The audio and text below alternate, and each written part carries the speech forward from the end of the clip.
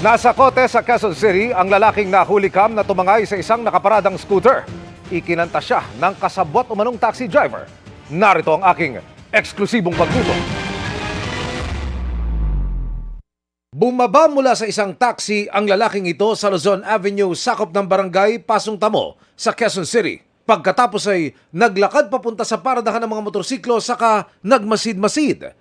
Binalikan niya at sinakyan muli ang nag-aantabay na taxi bago muling bumaba at nilapitan ng isa sa mga nakaparadang scooter. Pagkatapos ay sinakyan ito at agad nang napaandar ng mabilis. Ang nangyari po ay sinira ko yung mismong ignition switch niya para ma-start lang ho niya. Agad na nag-report ang may-ari ng scooter sa Quezon City Police. Sa backtracking, natukoy ang kumpanya ng taxi na sinakyan ng suspect. Ang ginawa po ng istasyon natin ay nakipag-coordinate po sa mismong taxi operator at fortunately naman po, binigay ho ng taxi operator yung mismong nagmamaneho, yung taxi driver. Sa follow-up operation, unang natunto ng Quezon City Police ang taxing ginamit sa krimen. Nakaparada ito sa tabing kalsada habang tulog ang driver sa loob. At nang magising at tanungin, wala nang paliwanagan na nitong itinuro sa mga pulis kung nasaan ang scooter. Ang taxi driver po kasabot ho kasi nung naitanong kung nasaan ho nila nailagay yung motor, ay dali-dali po niyang itinuro kung saan talaga yung naidala yung motor. Pero itinanggi niyang kasabwat siya sa nakawan. Sabi nila, balikan. Arkilain daw nila ako papuntang Holy Spirit.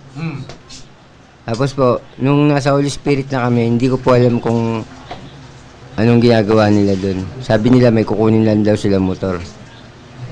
Tapos maya-maya po, pagka parada ko, bigla po silang may kinuha motor. Ikaw ay may karapatang manahimik o magsulang ibo. Sunod na natunto ng QCPD ang isa pa sa mga suspect. Siya umano ang nakasakay sa backseat ng taxi na hindi bumaba. Hindi pa ito nagbibigay ng pakayag. Fina-follow up naman ang ikatlong suspect. Unattended sir yung motor. So bali nadaanan po nitong grupo. At ang modus po nila stolen while unattended. So ang ginagawa po nila sir is may mga lookout sila. Tapos ang gagawin ng isa ibababa po. Pag wala nakita na clear yung lugar sir, ay kukunin po nila yung motor. Payo ng mga pulis sa mga may motorsiklo. Lagyan po natin ng alarming device. Or kaya po lagyan po natin ng lock at o kaya po ipark din po natin sa mga maliliwanag na daan. Para sa GMA Integrated News, Emil Sumangil, nakatutok 24 oras.